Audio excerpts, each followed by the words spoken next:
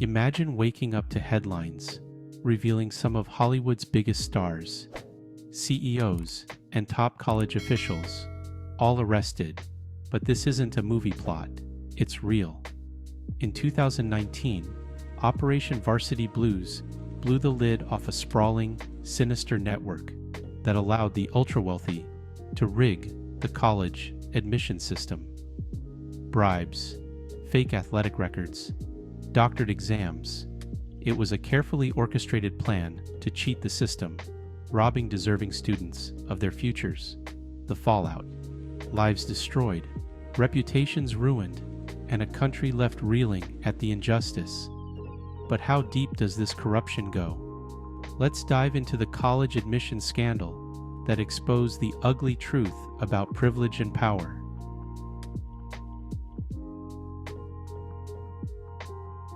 What was Operation Varsity Blues? In March 2019, federal prosecutors unveiled a sweeping investigation that shook America's most prestigious universities to their core. This investigation, dubbed Operation Varsity Blues, exposed a vast conspiracy involving dozens of wealthy parents, college officials, and athletic coaches, all orchestrated by one man, William Rick Singer. Singer, a college admissions consultant, promised to secure spots for the children of the rich and powerful at elite schools such as Stanford, Yale, Georgetown, and USC. But this wasn't just about offering admissions advice or essay coaching. Singer developed what he called a side door into these universities, bypassing the normal admissions process through bribery and deceit. Parents paid anywhere from tens of thousands to millions of dollars to guarantee their children's acceptance, no matter their qualifications.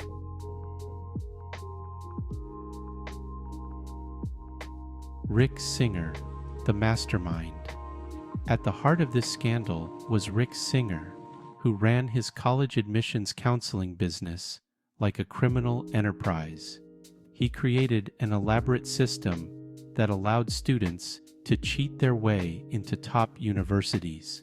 His scheme had two main components: faked athletic recruitments and tampered standardized test scores.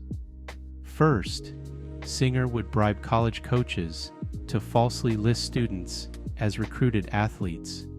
In many cases, these students had never played the sport they were being recruited for. Coaches were paid handsomely to submit fake athletic profiles, complete with staged photos or exaggerated statistics. Singer also had a network of test proctors and administrators who would either allow someone to take the SAT or ACT in place of the student, or correct the student's answers after the test was completed. This wasn't a one-man job. Singer's enterprise involved corrupt college officials, coaches, and test administrators, all of whom received kickbacks for their roles in the scam. His criminal network exploited the very institutions that are supposed to be based on merit and fairness.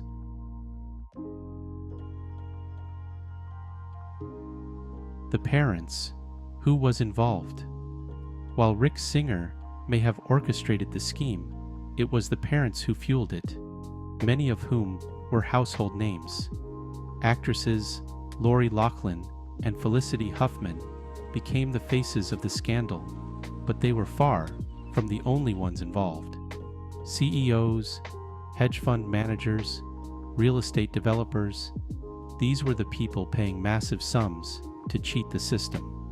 Loughlin, best known for her role on Full House, and her husband, fashion designer Massimo Giannulli, paid $500,000 to have their two daughters falsely designated as rowing recruits for USC, despite neither of them participating in the sport.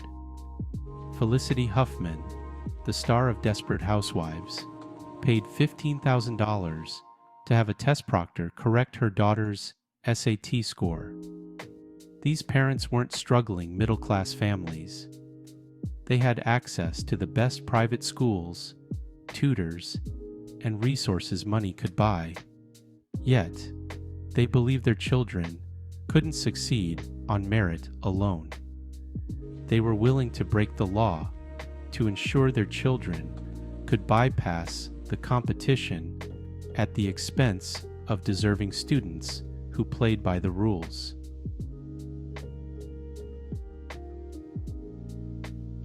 The universities. How did this happen? Stanford, Yale, USC. These are not just universities. They are institutions that symbolize the pinnacle of academic achievement. But the Varsity Blues scandal revealed a dark underbelly in the world of college admissions, corruption, bribery, and a broken system that could be easily exploited by those with enough money.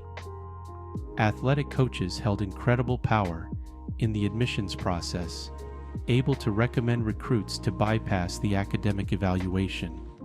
Singer used this to his advantage, bribing coaches to accept students as athletes, no questions asked. In many cases, students were admitted with completely fabricated athletic records. At USC, for instance, Singer worked with a senior associate athletic director to secure spots for students as fake recruits. Beyond athletics, the scandal revealed weaknesses in standardized testing oversight, with corrupt SAT and ACT administrators on his payroll. Singer was able to tamper with scores for years undetected. Universities like USC, Stanford, and Yale faced immense scrutiny and were forced to implement changes to their admissions processes. Several coaches lost their jobs, and some universities launched internal investigations to restore public trust.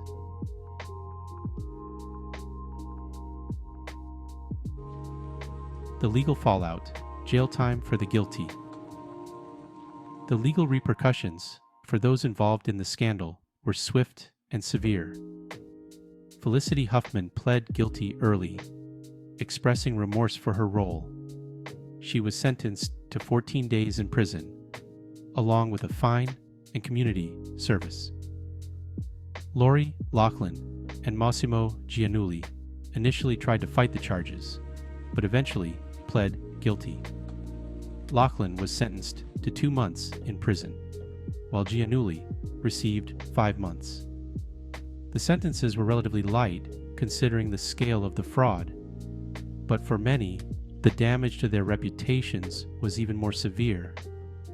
Some of the other wealthy parents involved also received prison sentences, while others were hit with heavy fines and probation. For many, their fall from grace was swift and public.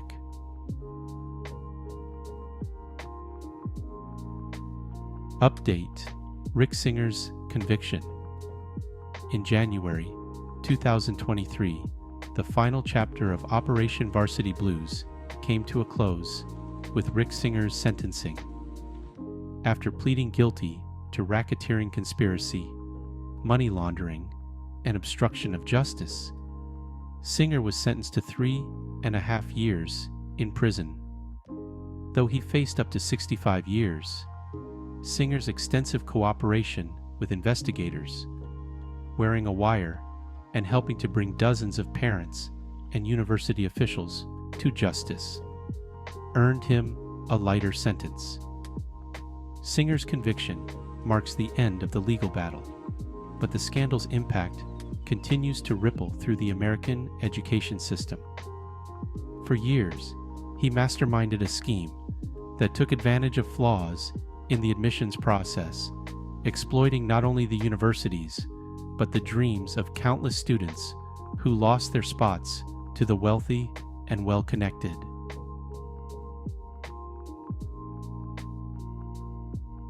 Beyond the scandal, the impact on society. Operation Varsity Blues wasn't just a story about bribery, it was a wake-up call. It revealed the systemic inequalities that exist in the American education system. For every spot taken by a student whose family paid their way in, a deserving student, likely from a less privileged background, was left out in the cold. The scandal exposed how much influence wealth can buy, reinforcing the notion that the college admissions process isn't as meritocratic as it claims to be. The public outrage sparked by the scandal brought to light the broader issues of educational access and privilege. Universities, now under immense pressure, began overhauling their admissions processes, while standardized testing organizations, like the College Board, promised stricter oversight. But for many, the damage had already been done.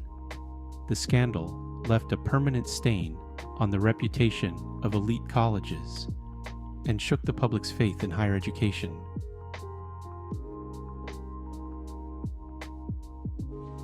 Operation Varsity Blues wasn't your typical crime.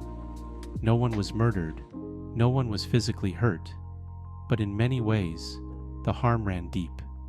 This scandal represents the darker side of white-collar crime, where wealth and privilege are leveraged, not for survival, but for advantage.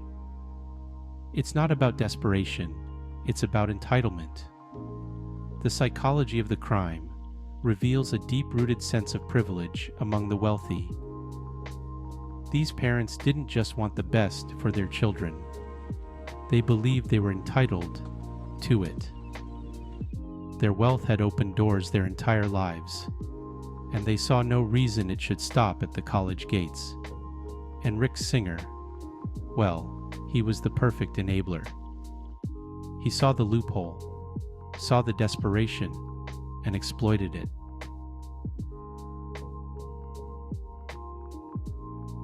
This scandal is a lesson in the lengths people will go to preserve their privilege. It's a different kind of crime from what we often cover on this channel. No violence, no robbery, but it's just as damaging. It's a crime against fairness, against merit, and against the dream that hard work and talent can open doors. Just like the scams and financial frauds we've explored, Operation Varsity Blues is a story of greed and corruption. It reminds us that crime doesn't always look like what we expect. Sometimes it happens in boardrooms, over wire transfers, and in the spaces that are supposed to be fair and just. And much like the rise and fall of empires and companies, the house of cards built by Rick Singer and his clients was destined to fall. In the end, their greed caught up with them. The lesson from Operation Varsity Blues is clear. No matter how powerful or wealthy you are, the truth will eventually come to light.